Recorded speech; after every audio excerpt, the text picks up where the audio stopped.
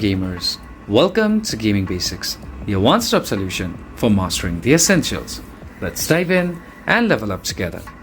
In this video, I'm going to show you how to use shields in Monopoly Go. To do so, first need to launch a game on your device. Once you've launched a game, the first thing you need to do is collect shields. You can do so by clicking on this Go button until you land on the shield icon shown in your board. There are 4 of them in total. So once you've collected shields, it'll be shown on the top of your screen. As you can see, there are 5 shields active right now for me.